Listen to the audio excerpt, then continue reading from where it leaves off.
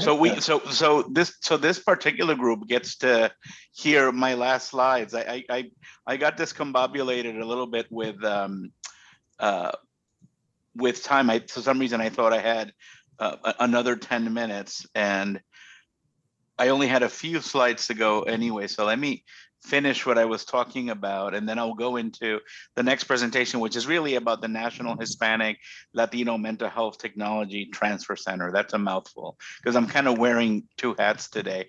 So we talked about all of these barriers, and where I was going to end the presentation was, how do we break down these barriers that cause health inequities? And in reality, we're talking about really four different spokes. So it's a four-pronged approach: access to services, workforce development, community initiatives, and of course the policy domain, which is so important. So in terms of access, we have to increase access to healthcare, to behavioral healthcare. As I was saying, Latinos, Hispanics have consistently been the group with the least access to health insurance. And while they improved tremendously under the Affordable Care Act, sadly, that's not really been the case in Texas. So we have to continue to push, and I'll return to that point in my last slide when I talk about policy. So expanding Medicaid, expanding access to the Affordable Care Act. You know, I think if our colleagues on the right side of the political spectrum had spent their efforts, invested their efforts in improving and fixing the many challenges with the Affordable Care Act over the previous four years, rather than trying to repeal it and do away with it, we'd be in a different place right now. You know, the Affordable Care Act is not perfect, but it's a step in the right direction, and the problems that it has are fixable. In terms of increasing access, we need to promote education and training so individuals can actually move to better jobs, better employment with better benefits. You know, large numbers of Hispanic Latinos that have lower levels of formal education end up in entry-level jobs that have little or no health benefits. So if we promote education and training, people can then move to jobs that are higher paying and that come with better benefits. We have to continue to embrace SAMHSA's no wrong door into treatment philosophy. And what that means is that no matter where you come into contact with the provider system, all of your needs are going to be attended to. If I go in to my primary care physician because I'm experiencing some physical problem, they're also going to screen and assess for substance use, for alcohol use, for other types of substances, and if some red flags emerge, they're going to actually facilitate my entry into treatment there, connect me with a provider. And there's different levels of connectedness, from, you know, here's a little piece of paper, call this place and make an appointment, which we know doesn't always work, to actually helping to navigate somebody into the treatment that they need, which social workers are really great at doing, and vice versa. You know, somebody is in a mental health or substance abuse clinic and they have medical issues. We screen for those, we ask about that, and we connect them with primary care or specialty care as needed. That's what this no wrong door into treatment philosophy is about, and SAMHSA has been really pushing that for a couple of decades. And then we have to create welcoming environments in our clinics. You know, it's great, we make all of these efforts to get somebody through the door, and then they come through the door and they don't feel welcome. You know, the person that receives me at the front desk not only doesn't look like me or doesn't speak my language, but they may be unfriendly, right? We often forget that our frontline staff are the first contact with our clients and with our patients. And we have to invest more in training them on delivering good customer service, at being welcoming and receptive, and always having a smile, and always being ready to ask whatever question it is asked. But it also goes beyond that. We don't think about the pictures, the decorations that we have in our waiting areas, in our clinics. I often share a story that when I moved to Houston in 2008. My daughter was then 4 years old, and I asked around my colleagues for a pediatrician, and they sent me to this pediatrician who was incredibly highly recommended, and the guy was incredible also as a provider, as a human being. We're still friends to this day. But I'll never forget that when I went into his office, we went together, my wife and I, and our 4-year-old daughter, and there's my wife is 6 feet tall, there's and thin as a rail, right? And I'm a short, fat Puerto Rican. So here is this tall, statuesque African American woman and this short, chubby Latino man, and sticking out like sore thumbs because nobody in the waiting area looked like us. But on top of that, we looked at the gorgeous oversized pictures of children in the pediatrician's office, and all of these children were blonde, blue eyes. I mean, there wasn't a single kid on that wall that looked like our daughter, our beautiful, a Latina daughter. And so, and I took notice of that. Now, being the person that I am, and I don't rush to make judgments about people, it didn't make me leave, or it didn't make me not want to be there. But when the time was right, after I had developed a relationship with a pediatrician, I actually made a comment about it to him.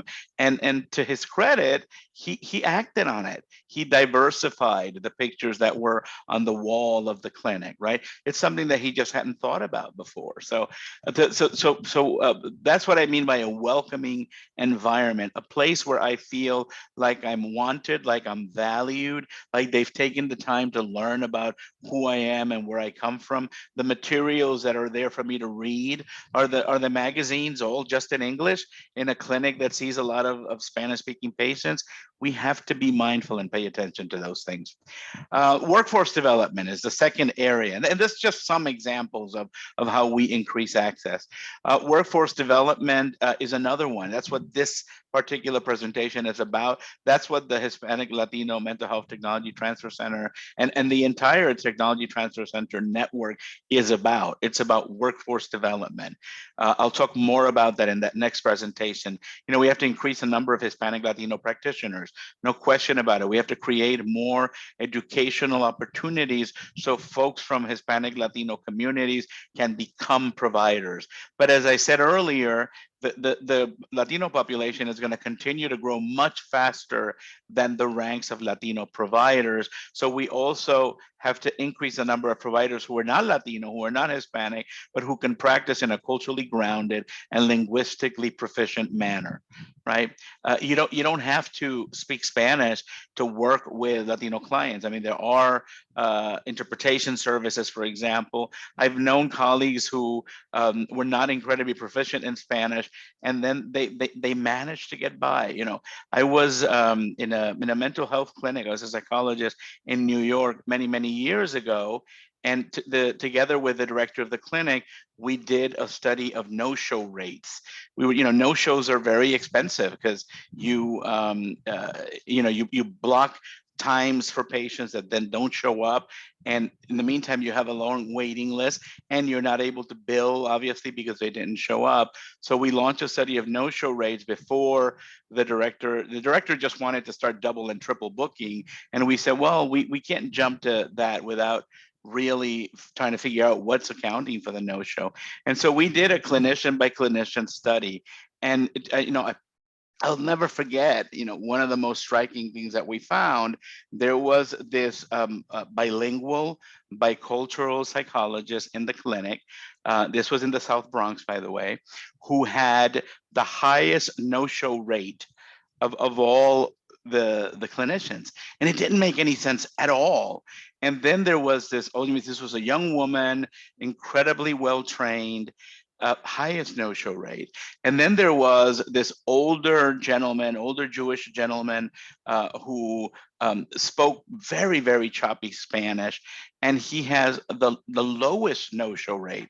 So almost all of his patients came all the time. Very few of them missed any sessions.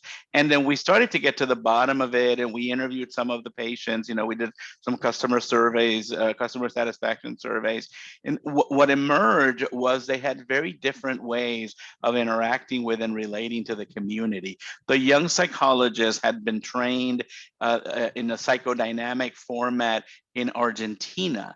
And she was very cold. Well, the patients perceived her as very cold and very distant and not like me, even though she spoke my language. And they just couldn't relate to her. So they would go once or twice, and then they would not come back, or they would miss more sessions than they would make.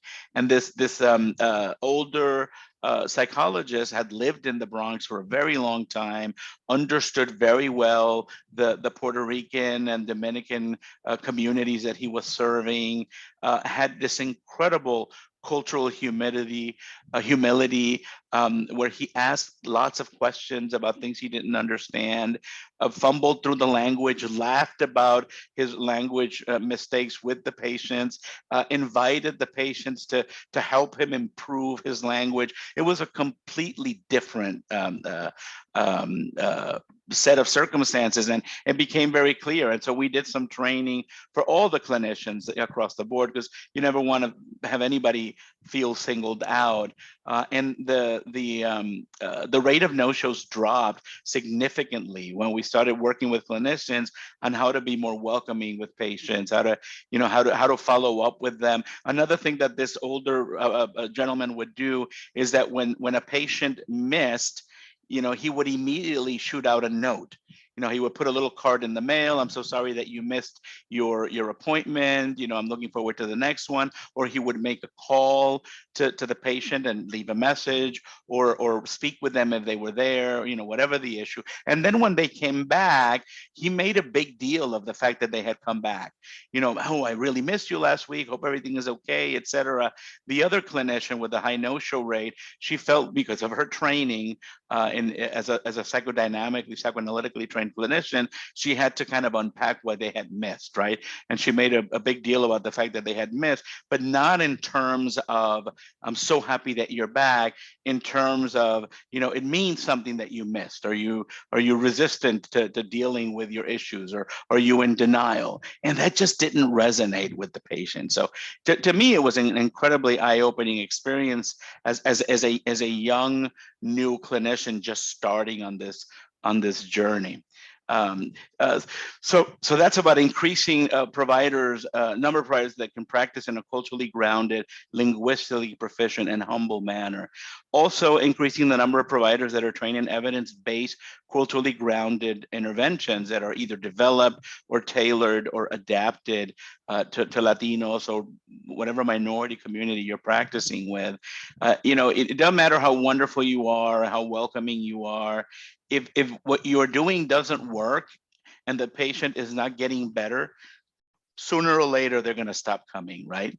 So we want to make sure that we're providing treatment that works so that the patient is going to experience symptom relief and increase in functioning. And that requires more training.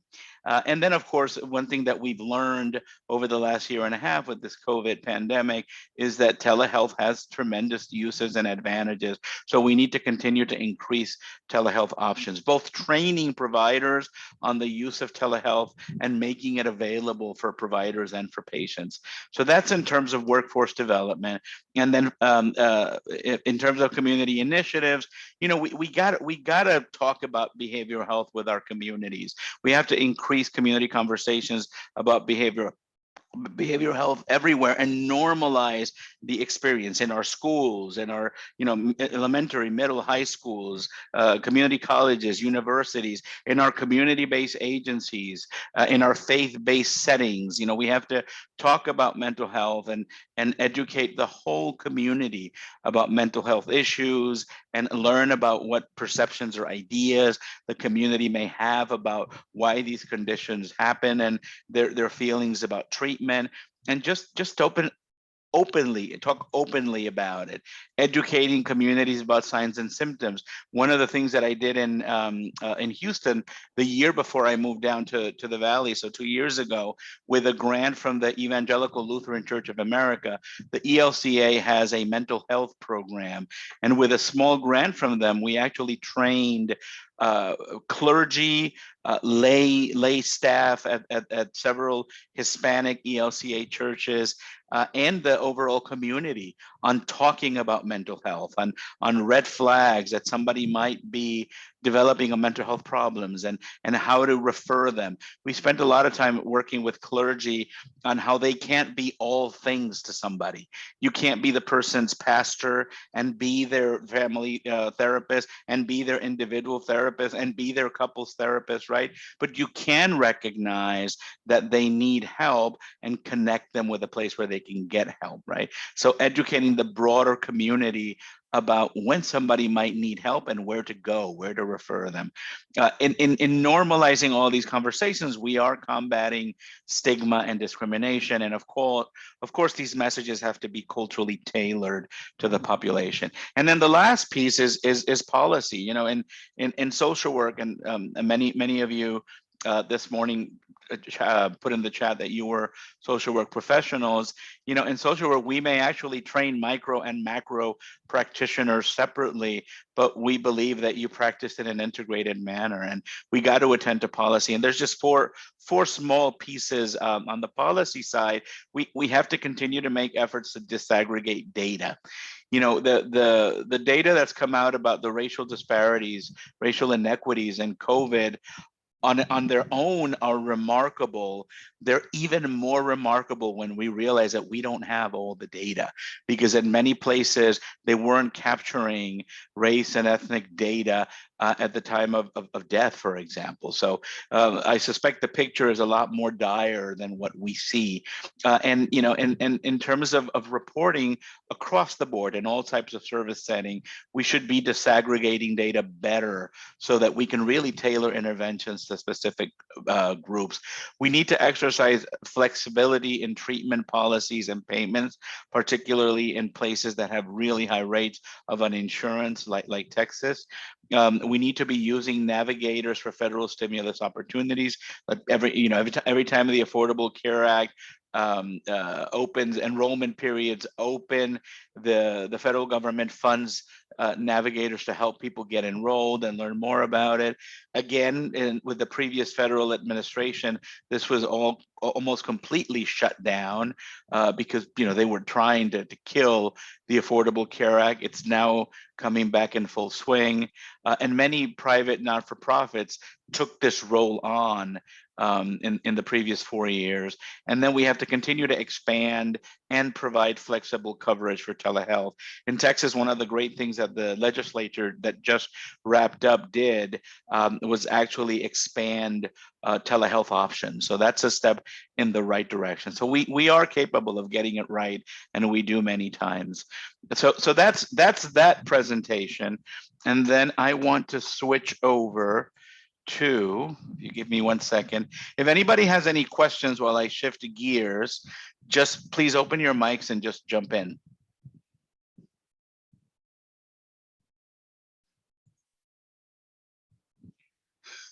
All righty, this is the right one? Yeah. So as I said, I am wearing 2 hats today, and one of them is representing my colleagues from the National Hispanic and Latino Mental Health Technology Center. They do a phenomenal job on all the things that I'm talking about, and we thought this would be a good opportunity to do a little bit of dissemination so that people know who they are, know what they do, and partner with them, reach out to them to request services, trainings, webinars. Everything they do is at no cost to the recipient because they are funded by SAMHSA, the Substance Abuse and Mental Health Services Institute. So they are in Puerto Rico at the Universidad Central del Caribe School of Medicine in Bayamón, Puerto Rico, at the Institute of Research, Education, and Services in Addiction, IRESA. So IRESA has been working in this area of workforce development for over 20 years. I mean, they were the Caribbean Basin Addiction Technology Transfer Center for a while. Then they were the National Hispanic Latino Addiction Technology Transfer Center for 10 years. And then when SAMHSA funded the new mental health technology transfer centers, this is the third and newest group of TTCs, they were selected to be the National Hispanic Latino Mental Health Technology Transfer Center because their expertise in workforce development or technology transfer. So I'll talk a little bit about the SAMHSA's Technology Transfer Center programs, which is a remarkable initiative paid for by our tax dollars, and then specifically the National Hispanic Latino MHTTC, and then a little bit about why we need a national center. I won't spend too much time on that because I think that's become clear from my previous presentation. So the Substance Abuse and Mental Health Services Administration, which is part of the Federal Department of Health and Human Services, has a technology transfer center program. And again, I told you about my obsession with language and precision, so I'm not going to assume that we all know what I mean by technology transfer center, and I'm going to talk about it. What SAMHSA calls technology transfer is what most of us would call research to practice. So the formal definition of technology transfer is the transfer of a new technology from the originator to a secondary user. This is especially the case in large-scale initiatives where technologies are transferred from more developed countries to countries that are under development in an effort to boost their economies. In our field, healthcare, behavioral health, technology transfer, as I said, is meant to signify research to practice. And these technology transfer centers, or TTCs, develop products that are based on the latest research, and they disseminate them broadly to frontline workers who may be less likely to read scientific journals or to go to scientific conferences, right? When we were in training as undergraduate students or as graduate students, we all had access to the library and lots of journals, et cetera. But that access is one of the first things that we lose when we graduate, right? And it's expensive for our universities to continue to provide us access to the library, so we just don't have the access. And then the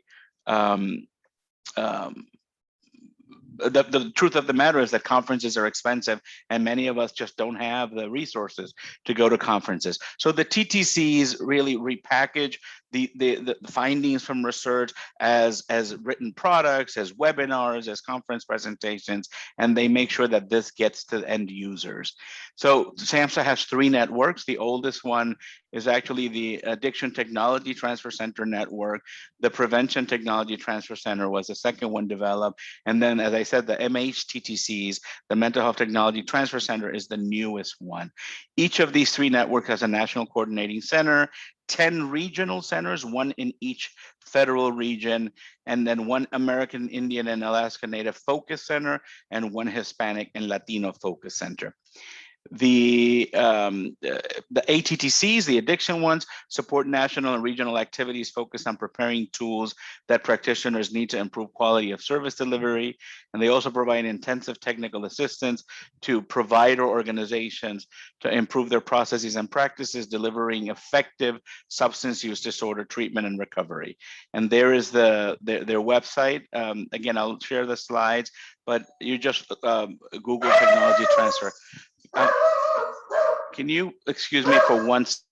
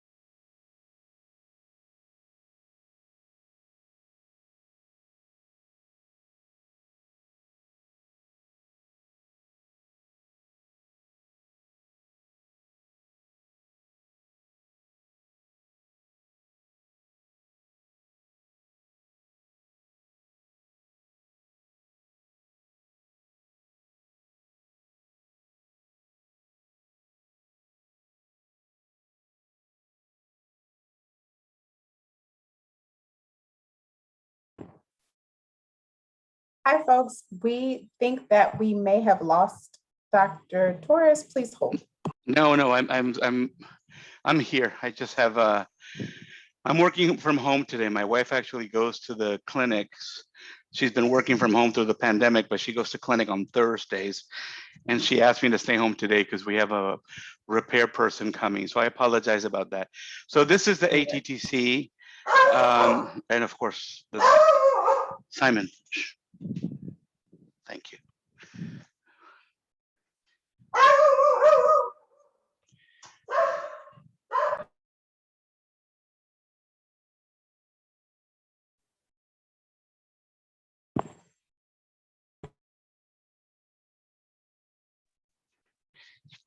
You try to plan for every contingency, right?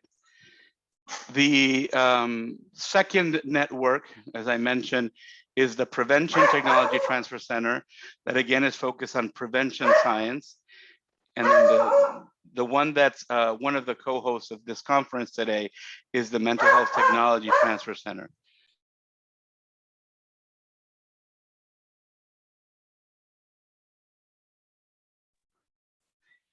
Is the Mental Health Technology Transfer Center. And again, they work with organizations and treatment practitioners involved in delivering mental health services to strengthen capacity to deliver effective evidence-based practice, particular focus on Latino communities. And their link is there as well.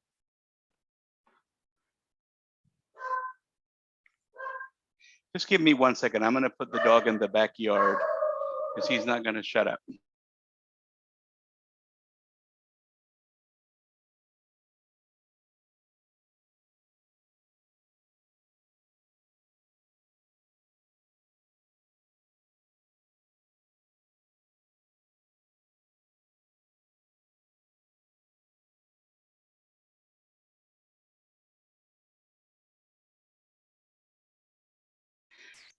I don't know what our pets are going to do when we all go to work back to the office full time. So what I wanted to talk to you a little bit today is about specifically the National Hispanic Latino Mental Health Technology Transfer Center. They are one of the hosts of this organization. They are a key subject matter expert and a resource for mental health and school mental health workforce across the US. And their job is to ensure high quality services, effective mental health treatment, recovery support services in mental health, and implementation of both evidence-based and promising practices. So they are, as I said, located in Puerto Rico, and they are part of, it's not it, now here's, a network of mental health technology transfer centers. As I mentioned, with all the TTCs, there's one in every federal region. Of course, our mental health technology transfer center is our colleagues at the Southwest MHTTC, which is at the University of Austin. They also have the Region 6 Addiction Technology Transfer Center, which is one of the co-hosts of this event. And then the national center is in Puerto Rico. So they work across the entire United States, and they work with all the regional mental health technology transfer centers and with the coordinating office, which is in California. It's an incredible resource. You know, just like I was talking about, patients sometimes don't know what services are available or where to go. Providers sometimes don't know how much is available out there in terms of technical assistance and training to improve their provider workforce. And as I said earlier, at no cost to them, because this is federally funded. In terms of some of the products that they've developed, this is just a sampling of the products that they developed. They've developed some products with for Latino indigenous populations, so providers that are working with folks from indigenous communities, from Maya communities in Guatemala to Mexican indigenous families, or folks from other indigenous groups in the Northern Triangle of El Salvador, Honduras, and Guatemala. And so we recruit experts on different topics throughout the country to be part of our training pool and our development pool. And I am actually part of the advisory board. And in addition, I'm one of their trainers from time to time. They also develop, and these products are all available at no cost from their website. They also develop products in terms of specialized topics. And there you have a sample of 3 of them: gender violence among Latinas, trauma-informed care for immigrant, Hispanic and Latino clients, and stress management during a quarantine period. This was developed in the last year as a response to those providers that are trying to care for clients and care for themselves and their families during the pandemic. Again, all available from their websites. And then there are products that have to do with implementation science. And here's a sample of 3 of them. La Clave, a psychoeducational tool to reduce treatment delay in Latinx or Latino clients with first episode psychosis. As I said, we often delay seeking treatment, and by the time we come into treatment, it's more complicated. So trying to get into treatment early, early suicide attempts and culturally responsive approaches for Latinos. And there's the one on the right on complicated griefs. Again, these resources are available from the website at no cost.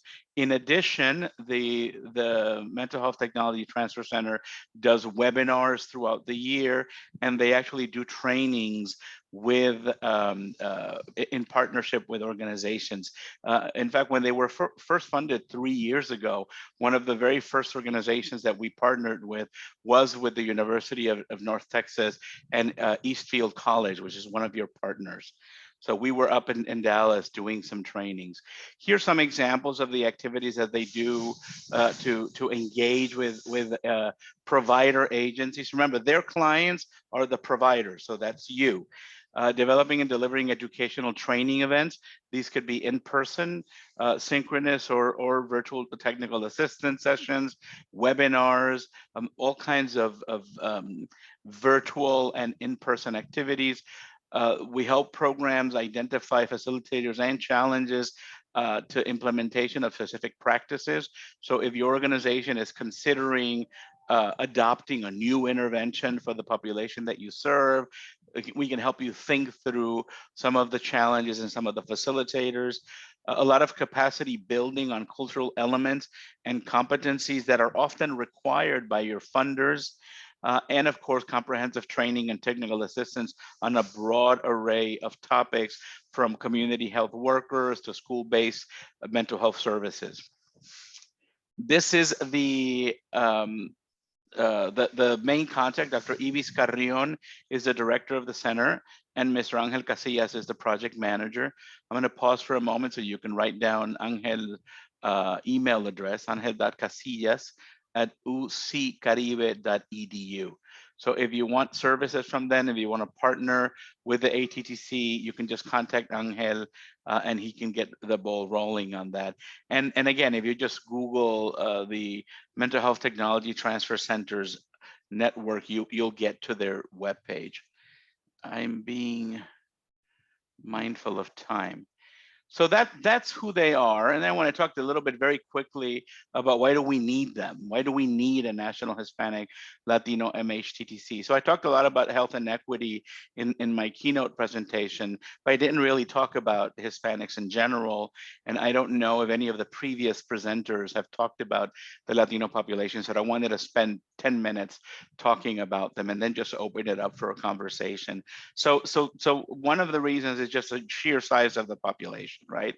So right now there's almost 61 million people in the US who identify as Hispanic or Latino.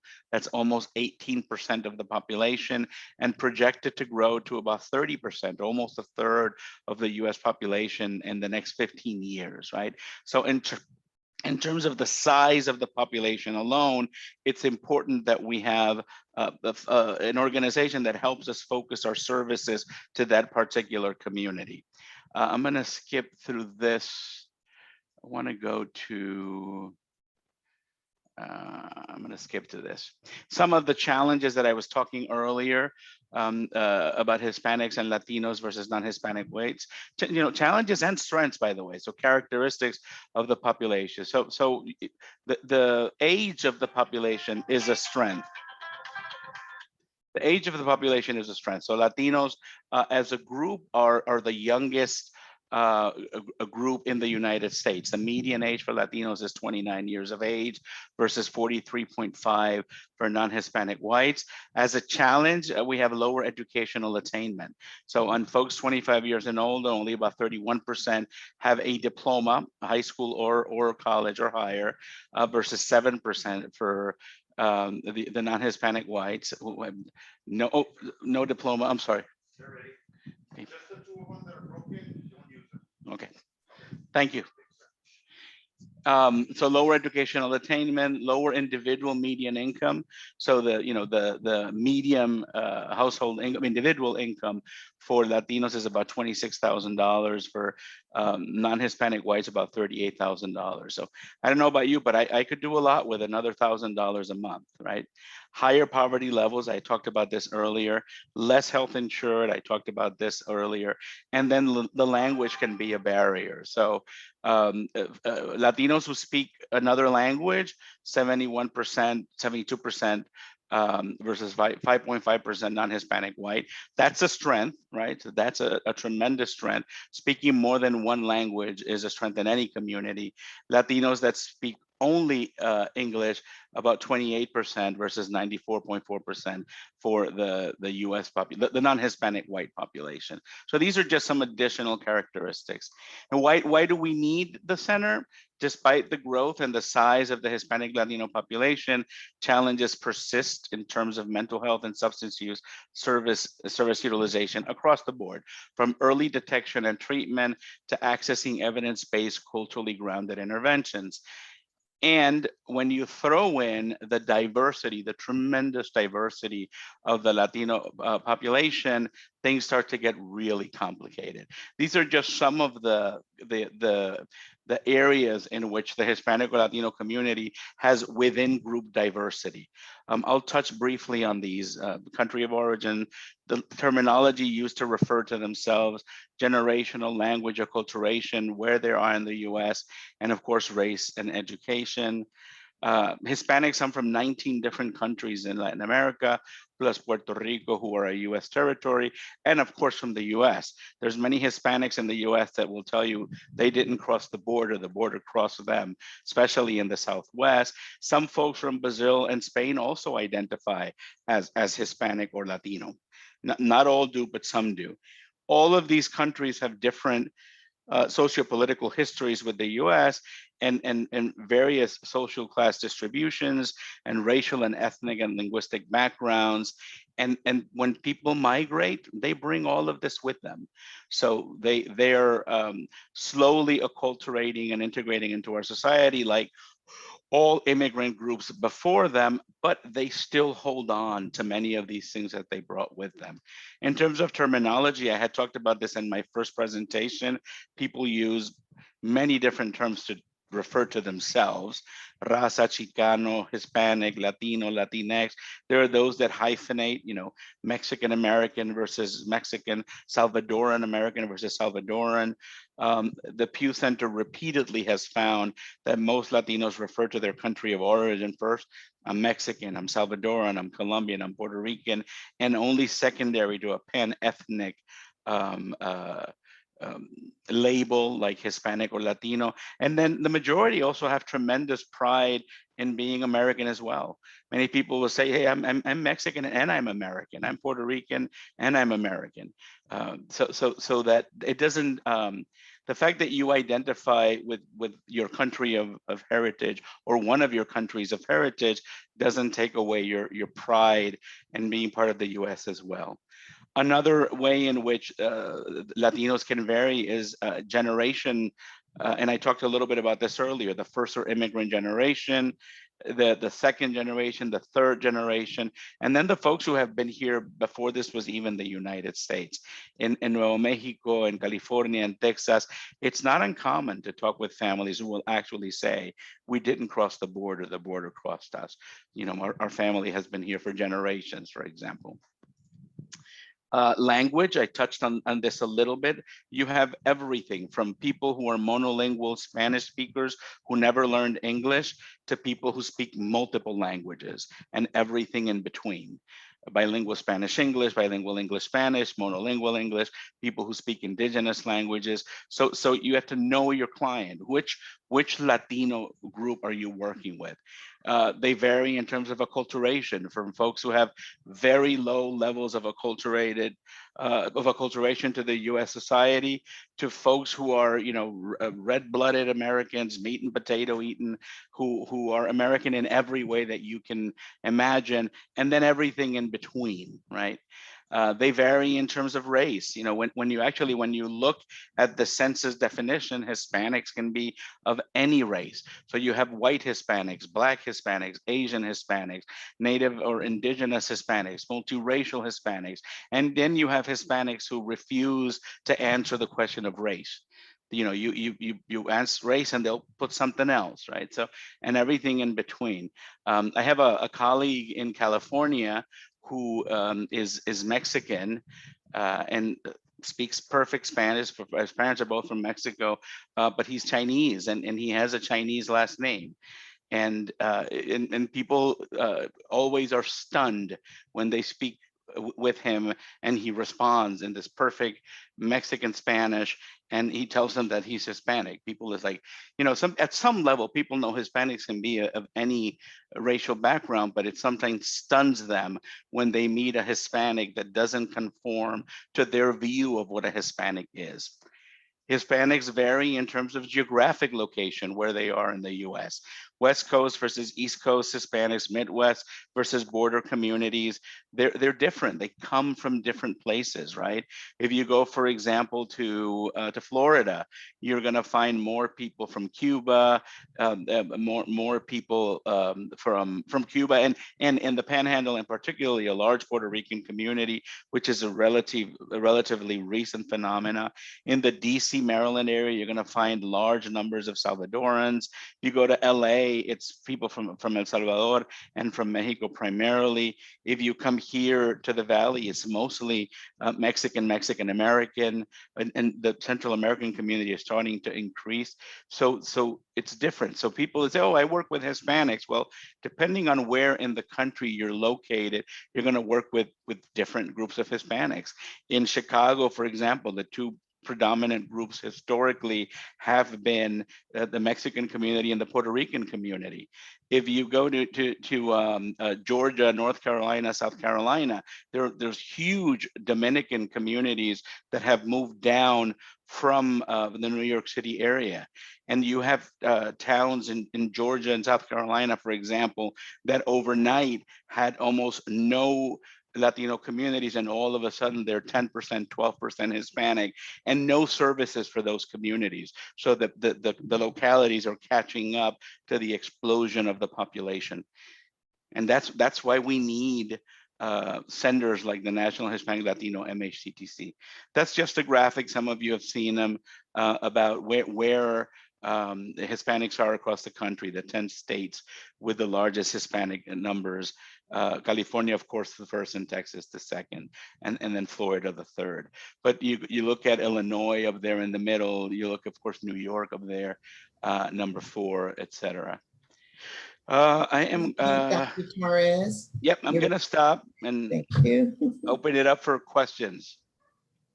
Let me stop presenting, if I can figure out how to do this. There you go. So any questions, comments, anything you want to share, anything that resonates about what I've shared, or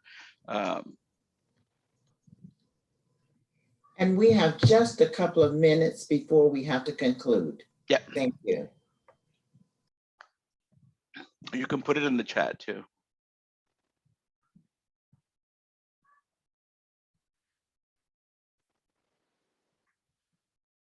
Ms. Holloway, do you mean what is SAMHSA? What does it mean?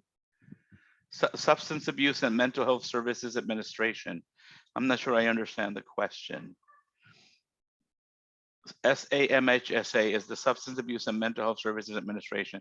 It's a federal agency that funds, among many other things, the technology transfer centers, and they're part of the Department of Health and Human Services.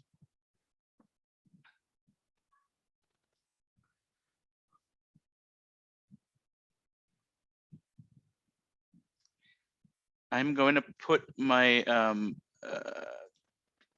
email in the chat, and if anybody has any questions or wants a copy of my slides, I am happy to provide them. So thank you so much. It's a pleasure to chat with you. I know that this type of format doesn't allow for a lot of exchange, but I hope that we can cross paths again and continue this wonderful conversation.